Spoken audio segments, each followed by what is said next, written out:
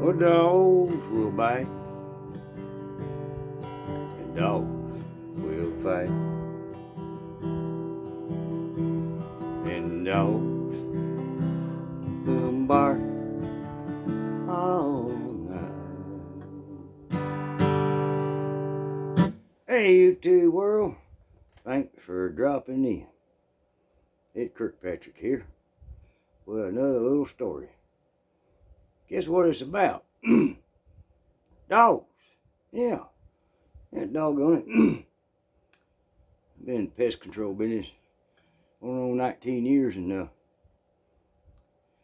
you have to deal with dogs in the pest control business. I don't know why when we hire somebody, we don't ask them if they like dogs or not. We never do. We've hired people and found out they just nut slap up on dogs. But anyhow, I'm gonna tell you a few stories tonight about dogs. Yeah, you know, the UPS guy, the FedEx guy, the postal guy that walks. The guy that used to read the gas meter, the water meter, because all that done digitally now. But these service industries you have to do, you know, to go door to door and do a service. Well, you know, usually 1 out of 3 homes is gonna have a dog. Yep, and we'll have old Fido there, and you got to deal with it.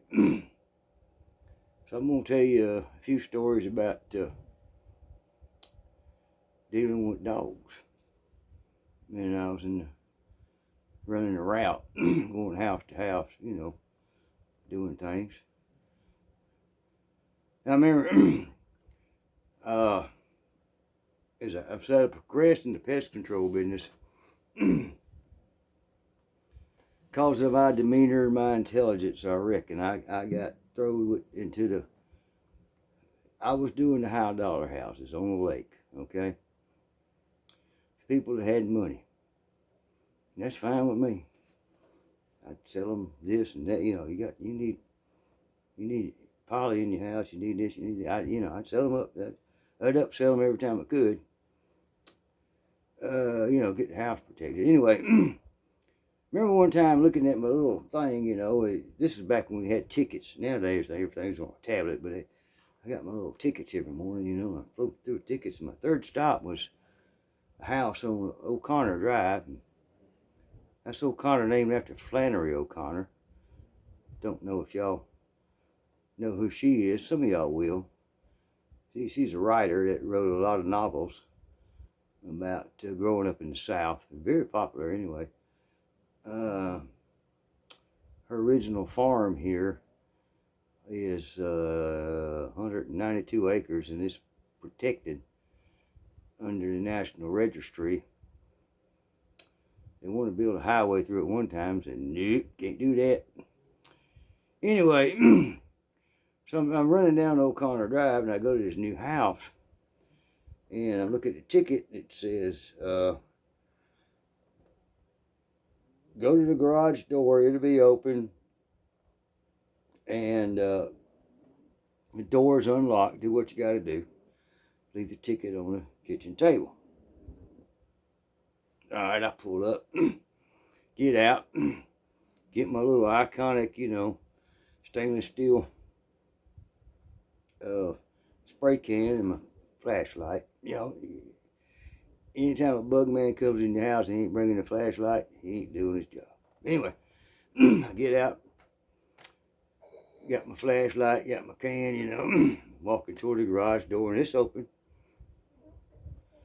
And I'm kind of looking at the concrete, and there's all this chalk writing, you know. It looks like they made a hopscotch thing, you know. You know how you, the little chalk, you know. Well, they got some kids, you know. Walk into the carport, or garage. I mean, I walk into the garage. I see this box, big old box sitting over there, and it's got like little windows and squiggly thing, and I can tell a child had been writing on the floor with the chalk, you know, and writing on the box. Said, oh, they made him a little playhouse or a fort, you know. So I go past that box and I turn the corner to go up these little 2 steps to where the back door is. And it's supposed to be unlocked. So I can go in and spray. Well, as soon as I turn that corner, a daggum blonde dog jumped out of there. A Labrador, all daggum things. Jumped out of there and grabbed my dang leg and bit the son of a gun tar out of it. I scratched my boot, busted my leg, scratched my, and he held on to all dear life. And I backed up, pulled out, and I'm waving a little, the wine thing, the squirt nozzle thing with the rod on, waving it at him. Man, it hurt, and I run back to the truck as fast as I could go. As soon as I got to the truck, I just threw my can in the back of the truck, opened the door, and got in. And he's right behind me. He jumped on the side of the door. And I always kept a can of wasp spray, we call it wasp freeze, in the truck because, you ever run across wasp, you don't have to go to your toolbox, unlock it, open it up, fine. So I always kept it on, in the truck. I started to grab that wasp freeze and roll that window down, but I didn't. Then some gun scratching the heck out of my truck. My leg was hurting. Man, it was hurting like crap. I said, toot this, and I tooted the horn a couple times. He backed up a little bit. I got this, I got the Somalia. Heck, it did the back shuffle. I got out of there. I packed that truck out, got out of there. I rode down the road a little bit, and I was gonna go to a little convenience store and kind of recoup. But man, my leg was hurting like crap. It was hurting bad. So I called my boss. I said, hey, I just went to this house at 123 O'Connor Drive, and it said the garage door be open. Just walk through and go in the garage. And I said, this dog just bit the heck out of me. My leg's hurting like crap. I don't know if I got to go to the emergency room. I am bleeding. I don't think I need stitches. He done tore my damn top of my boot off. He said, doggone it. He got you too. I said, what do you mean he got me too? That dog's done got 3 technicians over the last few years. I said, well, damn it. Why didn't somebody put something on the ticket saying there's a dog? Well, they're supposed to, they know when we come and we talk to them, and they supposed to put the dog in the utility room. And I guess they forgot. I said, yeah, heck yeah, they forgot. Doggone. I said, look, man, I don't think I can work. I'm hurting. I said, I don't think I can work the rest of the day. So we'll just call the girls and let them reschedule all the other stuff. So I did, and I come on home, iced my leg and everything. I mean, he cut me good. I mean, that dog bit the tar out of me. I mean, it hurt. That's the first time I ever been really bit by a dog. So, yeah, so then I don't know, a couple of weeks later, if you're in the pest control business, you have to learn that they're dogs, okay? Well, a couple of weeks later, I get a ticket. I got to go to Starboard Drive, Sparta, Georgia, which is on the lake. That's about 10 years ago. And that part of the lake, it was developing at the time. If it was a paved road, it was full of potholes. Sparta, Georgia is in Hancock County. Hancock County is the poorest county in Georgia. 72% of the people that live there are on some kind of government assistance. Yeah, they vote Democrat. I guess you can figure it out, right? And 62% of the land over there is owned by timber companies. And Hancock County is known for, it's the only county in Georgia that don't have sales at the courthouse for back taxes. There's people over there that haven't paid taxes in 20 and 30 years. They will not do a courthouse sale on them because, so there's, if we're the county I live in, if you don't pay your taxes, in 2 years, they're going to put your property up and somebody can go buy it for little or nothing. Pay the back taxes and a little money. And Hancock County don't do that. There's people over there that don't pay taxes, ain't pay taxes, ain't going to pay taxes because there's no repercussions for not paying taxes. But anyhow, I'm going over there. This place is developing. To get on a gravel road, hell, that's a good road. When I go over there, I don't know, down this old Coney Drive, and then turn on Starborough Drive, and then it turns into gravel, and I pull in this spot. I got a termite treatment. At that time, we was using a chemical called cypermethrin. Yeah. All the guys used to call it liquid heat. Yeah. We would spray cypermethrin on termite jobs. We'd also spray it around the house when we do a quarterly, you know. Spray a band around the house.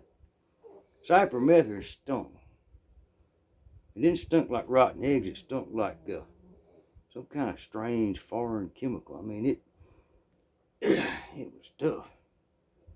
But you sprayed cypermethrin on the ground around the house and wait 10, 15 minutes, and every bug that was in that thatch around that house started crawling up that damn foundation and then fall over dead.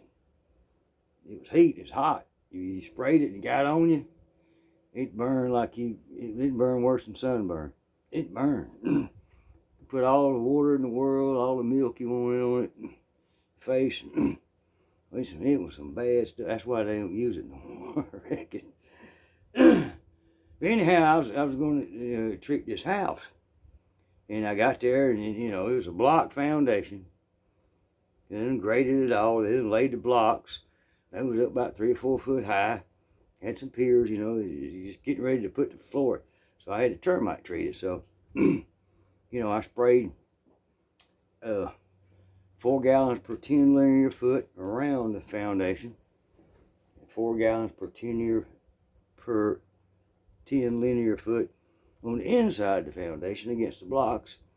Then I got to spray 2 gallons down in the blocks for 10 linear feet. Same thing with the piers. And I'm going to crank my thing up, crank my rig up. So I get the hose out and I'm going to do my thing.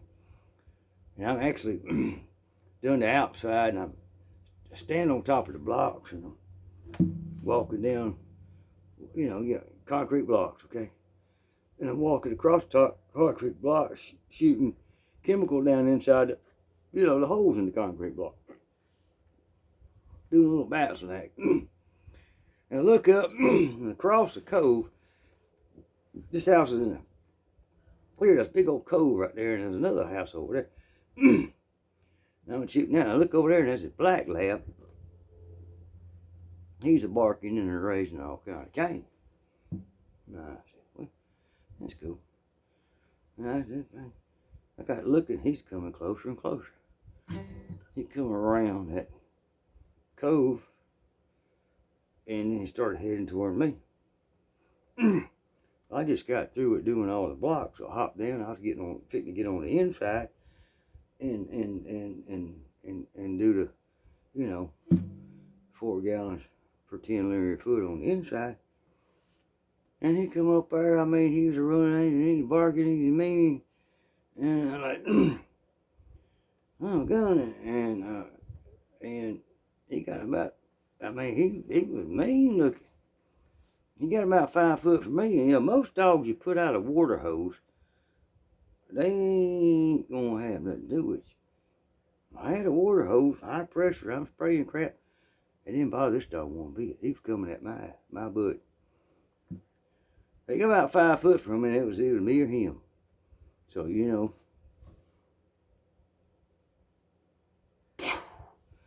I hit him with that cypermethrin right between the eyes and all over him. I didn't know what else to do. He finna chew my butt up. Boy, hit that dog. He turned around, did a flip, then I just soaked the heck out of them one end of them. He turned and went away. He just said, I put as much in his butt as I could. And He ran on down that hill and jumped in that cove. He jumped in that cove and he was doing the dog back there. I know that stuff stung, it hurt, it burnt. I know how it is. I mean, I've been sprayed with it before. It ain't gonna kill you. May shorten your life about 5 or 6 weeks, but I ain't gonna kill you. He was out there all splashing in that cove. I've never seen a dog dive. Other than one I seen one time in the Caribbean that was diving down from the cocktail. But anyway, yeah, he was diving in that water, coming back up, doing everything. And I said, oh, man. Anyway, it was a termite dog there. I finally got through with my thing. And he was still down there in the cove, you know. So I cut the motor off, went over there to the truck, and I got to, you know, roll my hose back up. I'm rolling my hose back up. Doggone, that old dog looked at me, and he started coming back up the hill. But this time he was doing it strategically. Behind this bush, behind this bush, behind this bush. He's getting closer and closer to me. I'm like, this son's gonna fit and get my skister again. So I fired that motor back up. Boom, he turned around, went straight down to the water and stood in the water. So I finished rolling my hose up, closed the tailgate. Excuse me. And I had some Cracker Jacks, and I love that stuff. Cut my motor off, got in the truck and got the heck out of there. But yeah, he was fixing to put this, he's fixing to put the second attack on me. Yeah, it was. Yeah. And I'll tell you another story about Peanut and Coco. Yep. I used to do this lady's house, and she had 2 little them chihuahuas, you know, little old dog about like this. And I ring the doorbell, she come to the door, and the little Peanut and Coco come right beside her. Yeah, come on in, make yourself at home. I mean, I'm doing this, I'm doing that, or whatever. Just do what you gotta do. And I come in, and Peanut and Coco follow me around a little bit, and Coco finally jump on the couch. But Peanut would just follow me around, barking. Irritating as hell. And I'm like, damn, lady. Can't you tell these dogs to shut up or whatever? Anyway. Peanut had a bad habit of nipping in the back of the leg. He's a nipper. That's what I call him. I'd walk around, I'd be doing my thing, be spraying. Peanut hit me in the back of the leg. Oh, God dang, I can't, you know. Anyway, she said, I gotta go to the mailbox, be right back. Mail truck just running. Mailbox about 100 yards down the road. They live way off the road. She got a little golf cart. She went down the road. Excuse me. And Peanut kept nipping at me. And I just got damn sick and tired of it. And Peanut nipped at me one more time, and I kind of felt it. And he nipped at me in the wrong spot. He nipped at me in the top part of my boot. So I just took my foot and said, phew. I launched Peanut across the living room all the way to the kitchen, and he hit the dining room table. Now I know y'all know folks that's got a dining room table that's set up with a pretty floral display, and they got, you know, 6 plates and all that around it. Man, who the hell is going to eat out of something that's sitting there with dust selling it? But they just do that, you know. Got this pretty nice table, and it looks like everybody's going to sit down. I launched Peanut's butt across that living room all the way to that kitchen. He hit that dang table. Knocked about 3 plates and that darn floor display off. And hit the wall over there. Well, next couple of times, and the rest of the time I went there, when I got there, Peanut, he'd hop on the couch with Coco. I have to worry about Peanut nipping me in the damn leg no more. Yep. Didn't have to do that. Now, let me tell you the story about old Barney.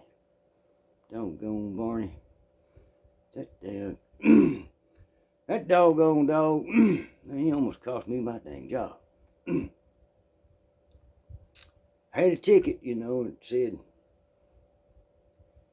you know, keys in the mailbox, through the house, Barney's in the backyard, don't let him out. And Barney was just I don't know, he's about the size of Spud, just an average old mutt-looking dog. He's probably a cross between a Yorkie and a poodle or something. Barney's slick. Boy, he's slick. So anyhow, I'd done this house 8 or 9 different times, you know. I always look in, open the gate, close the gate when I go in the backyard.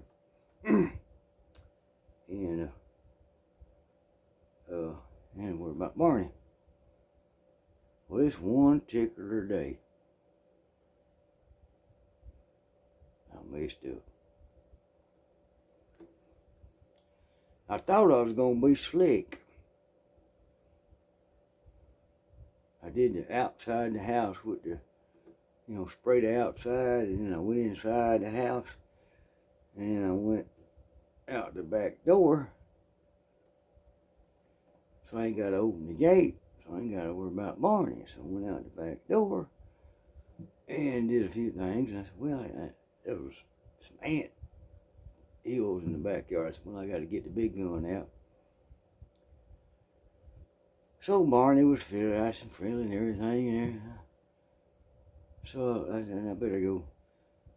So I made the mistake. I opened the gate, and didn't go through the house and come back. I opened the gate. Barney was right at my feet. I didn't know it. Barney escaped. He did. I'm like, oh crap.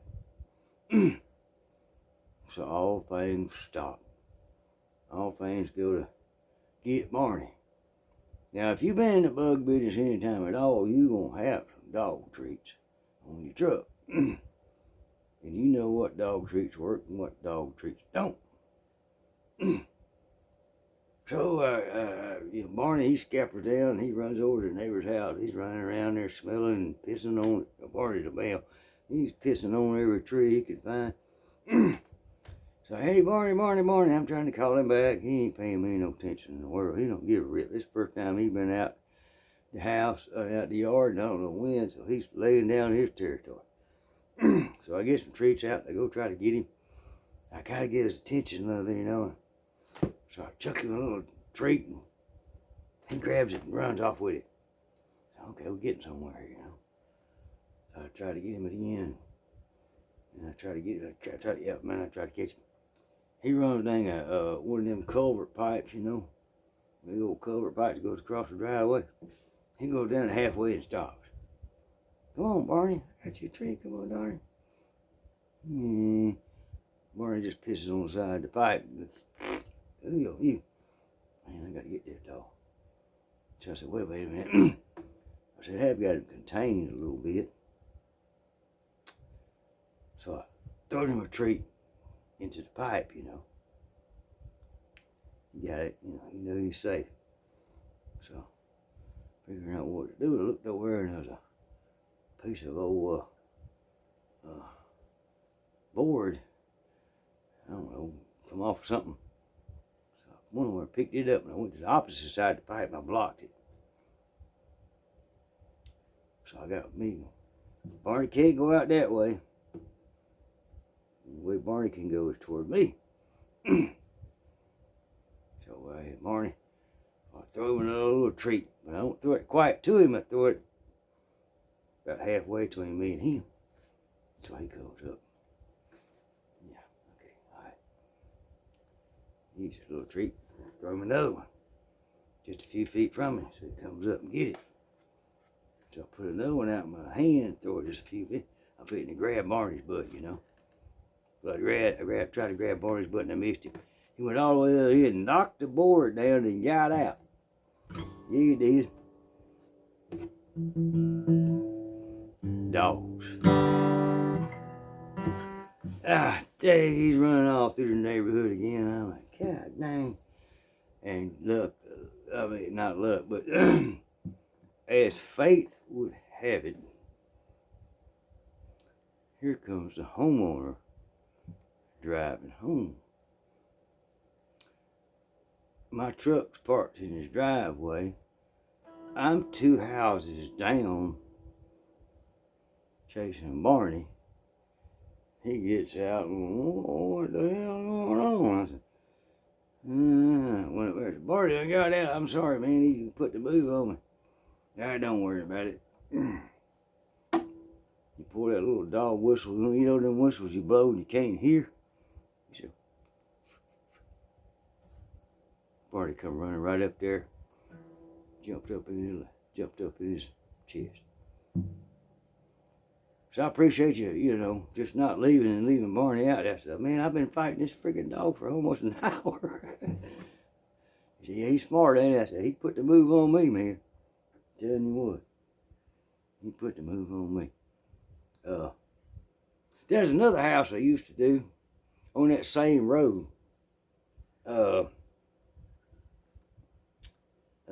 She was a seamstress, and is a couple. He worked for the county on the water department, and she just, it was a stay-at-home mom, but she sewed. And anytime anybody needed anything done, like a button sewed or whatever, she's a pretty little sight, man. That's one time I said, hell, how much you make on this truck? I don't know, it's sometimes $500-800. I said, really? She said, yeah, it's just extra grocery money. You know, a guy works for the city. I said, yeah, I know. He worked for the water department. He's probably making about $1,800 a month. Wasn't making jack squat, but anyway. They had a Dalmatian in their backyard. And every time I come there, they call old Bubba up and they put him in the house. I sprayed the house first, and then they called Bubba, put him in the house, and I sprayed outside the house. But it had a sign on there, you know, on the gate that said, our Dalmatian can do 100 yards in 4.2 seconds. Can you?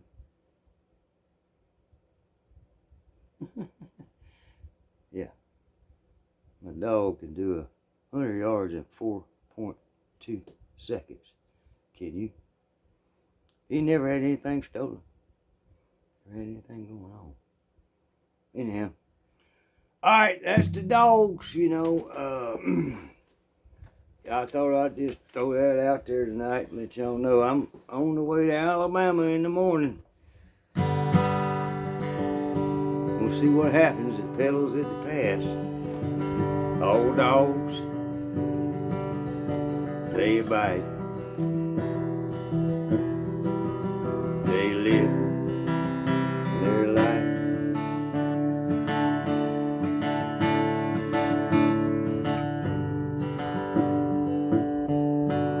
Old dogs, they bite.